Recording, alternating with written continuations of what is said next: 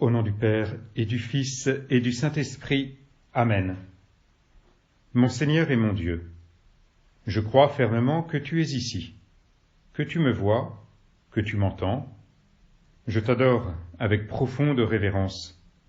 Je te demande le pardon de mes péchés et la grâce de faire avec profit ce moment de prière.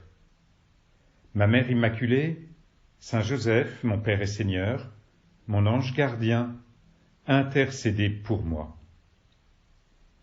Il y a quelqu'un qui pense à toi. Il y a quelqu'un qui pense à toi, en ce moment. Moi, bien sûr, qui suis en train d'essayer de t'aider à passer 10 minutes avec Jésus. Mais pas seulement. Je pense à Jésus lui-même.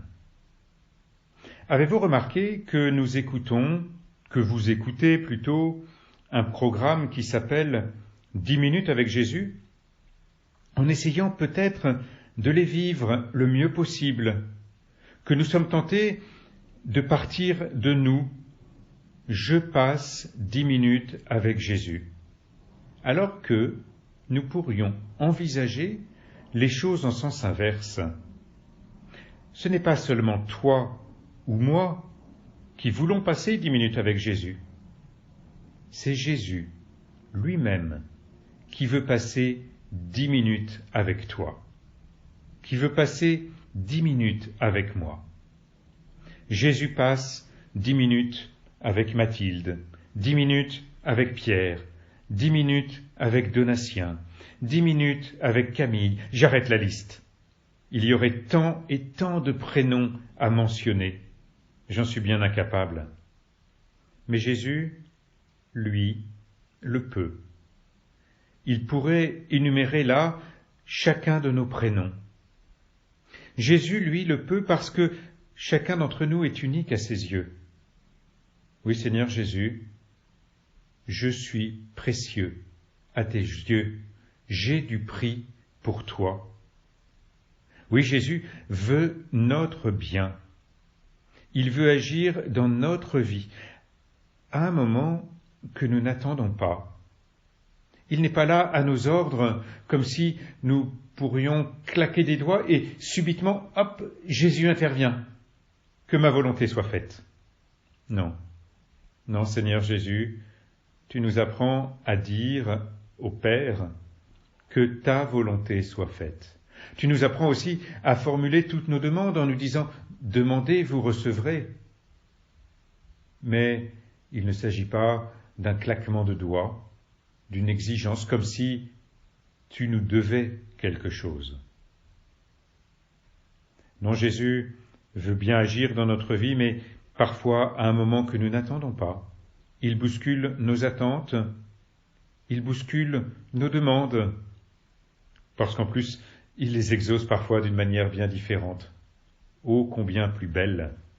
Il sait quel est notre bien, il sait quel est notre bien véritable, et c'est celui-là qu'il veut nous donner, au-delà de nos attentes, au-delà de nos espérances. Écoutons l'évangile que l'Église nous propose d'entendre aujourd'hui. C'est dans l'évangile de Saint Luc. Un jour de sabbat, Jésus était entré dans la synagogue et enseignait. Il y avait là un homme dont la main droite était desséchée. Les scribes et les pharisiens observaient Jésus pour voir s'il ferait une guérison le jour du sabbat. Ils auraient ainsi un motif pour l'accuser. Mais lui connaissait leur raisonnement. Il dit à l'homme qui avait la main desséchée, « Lève-toi et tiens-toi debout, là, au milieu. » L'homme se dressa et se tint debout. Jésus leur dit, « Je vous le demande, est-il permis le jour du sabbat de faire le bien ou de faire le mal, de sauver une vie ou de la perdre ?» Alors, promenant son regard sur eux tous, il dit à l'homme, « Étends la main. » Il le fit, et sa main redevint normale. Quant à eux, ils furent remplis de fureur, et ils discutaient entre eux sur ce qu'ils feraient à Jésus. Laissons laissons de côté la question du sabbat et de l'accusation, même si bien sûr il est beaucoup question de cela dans cet évangile que nous venons d'entendre. Laissons de côté cette question pour regarder cet homme. Pour regarder cet homme pour qui Jésus agit. Cet homme, nous ne connaissons pas son nom, un illustre inconnu. Et pourtant, inconnu des hommes, inconnu de l'évangéliste, mais connu de Jésus, connu de Dieu. Il connaît chacun par notre nom. Cet homme est donc là, au milieu, il ne demande rien, il ne demande strictement rien, on ne l'entend pas. Il fait ce que Jésus lui demande. Jésus lui demande de se lever, de se tenir debout au milieu. Et l'évangéliste précise, l'homme se dressa et se tint debout. Quelle spontanéité chez cet homme! Jésus lui demande quelque chose, il le fait. Ce n'est pas Jésus qui fait ce que cet homme lui demande, c'est bien cet homme qui fait ce que Jésus lui demande. Et puis, Jésus va lui demander à nouveau d'étendre la main. Il le fit, précise encore l'évangéliste, et sa main redevint normale. À deux moments, Jésus lui demande quelque chose. À ces deux moments, il fait simplement, sans discuter, ce que Jésus lui demande. C'est merveilleux.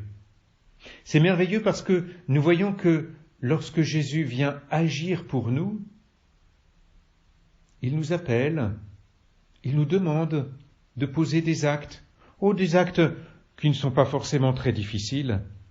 Se lever.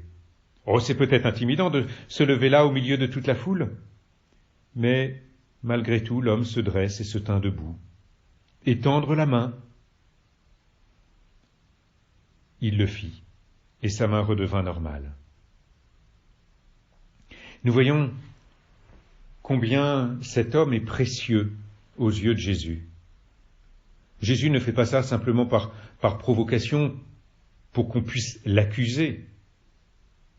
Il a ce désir de guérir cet homme, comme il a le désir de guérir chacun d'entre nous.